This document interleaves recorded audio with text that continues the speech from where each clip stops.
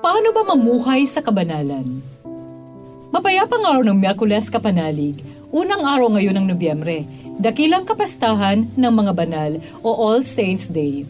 Pasalamatan natin ang Diyos sa lahat ng mga banal, sa langit at dito sa lupa. Matularan nawa natin ang kanilang mabubuting halimbawa. Sa buong buwan ng Nobyembre, mag-alay tayo ng panalangin at pamisa para sa kapahingahan ng kaluluwa ng lahat ng sumakabilang buhay na, lalo na ang ating mga mahal sa buhay. Mapabilang nawa sila sa kalipunan ng mga banal sa langit, kapiling ng Diyos. Isang mainit na pagbati po ng happy birthday sa lahat na nagdiriwang ng kaarawan ngayon at sa buong buwan ng Nobyembre. Pagkaluban nawa kayo ng Diyos ng buhay na ganap at kasiyasiya. Ako ay Sister Lines ng Daughters of St. Paul. Pakinggan natin ang turo ng Panginoon sa bundok kung paano mamuhay sa kabanalan sa ating mabuting balita.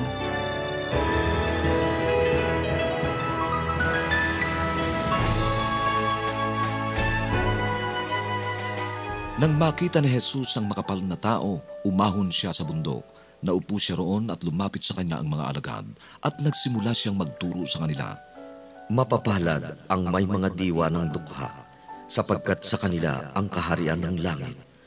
Mapapalad ang mga di marahas, sapagkat mapapasa kanila ang lupain. Mapapalad ang mga nagugutom at nauuhaw sa katarungan, sapagkat bubusugin sila. Mapapalad ang mga maawain, sapagkat kaaawaan sila. Mapapalad ang may busilak na puso, sapagkat makikita nila ang Diyos. Mapapalad ang mga nagpupunyagi para sa kapayapaan, sapagkat tatawagin silang mga anak ng Diyos. Mapapalad ang mga pinag-uusig dahil sa katarungan, sapagkat kanila ang kaharian ng langit. Mapapalad kayo kung iniinsulto kayo at pinag-uusig at sinisira ang puri dahil sa akin.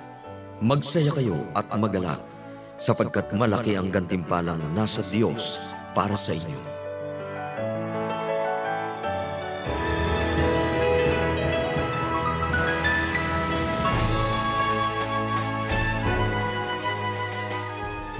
Wala pa sa atin ang nakakapunta sa langit.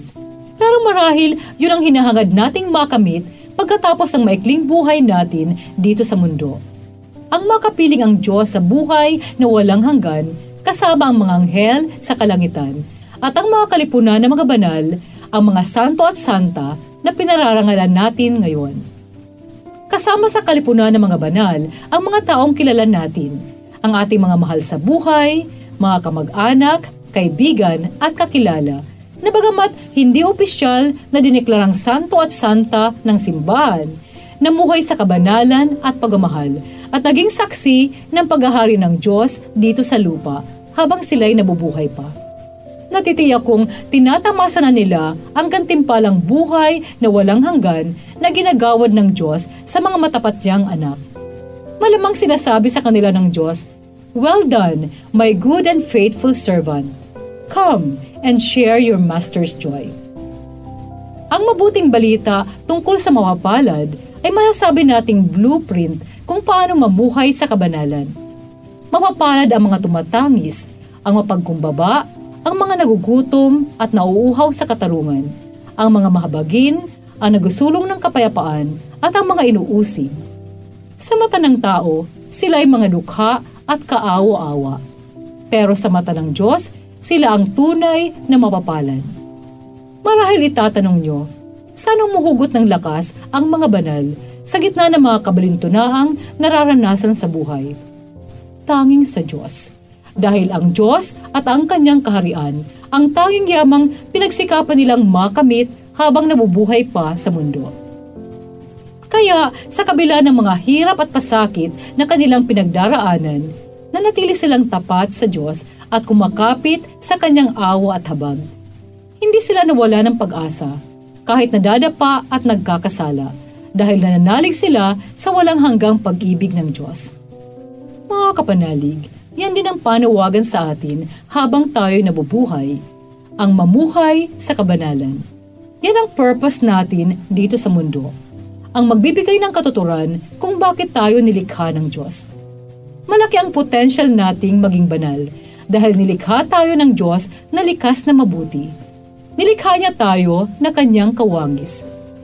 Ang katotohanan ng nawang ito ang ating balik-balikan sa tuwing nalulugmok tayo sa kawalan ng pag-asa dahil sa ating kasalanan. Ulit-ulitin nating parang mantra na mahal ako ng Diyos. Hindi niya pinagkait ang pinakamamahal na anak na mag-alay ng buhay para sa akin. Mga kapanalig, ang mga banal na pinararangalan natin ngayon ay hindi mga perpektong nilalang na hindi nagkasala. Ang totoo, marami sa kanila ang makasalanan, katulad natin. Pero binago sila ng grasya ng Diyos. Nakipagtulungan sila sa grasya ng Diyos upang matunto ng daan pabalik sa kanyang pagmamahal. At nang magdesisyon silang magbagong buhay at sumunod sa Panginoon, naging saksi sila ng mabuting balita sa salita at gawa. Ikaw, ako, tayong lahat ay nilikha ng Diyos para sa kabanalan. We are all saints in the making. Samantalahin nawa natin ang bawat sandali at pagkakataong pinagkakaloob ng Diyos upang makatugon sa kanyang panawagang magbalik loob at mamuhay sa kabanalan. Amen. Mga kapanalig, support Pauline's online ministry. Subscribe, like, and follow us on Facebook, YouTube, Instagram, Twitter, TikTok, Spotify, Google, and Apple Podcast. Maraming salamat po. At sa lahat na nagme-message sa amin na humihingi ng panalangin para sa iba't ibang intensyon, asahan po ninyong kasama nyo kami sa pagdarasal na ipagkaloob ng Diyos ang inyong mga kahilingan. Ito po muli si Sister Lines ng Daughters of St. Paul na nagpapaalalang napakaikli ng buhay na sa Diyos hiram lamang. Gamitin ang bawat sandali sa paggawa ng mabuti para sa kanyang kapurihan.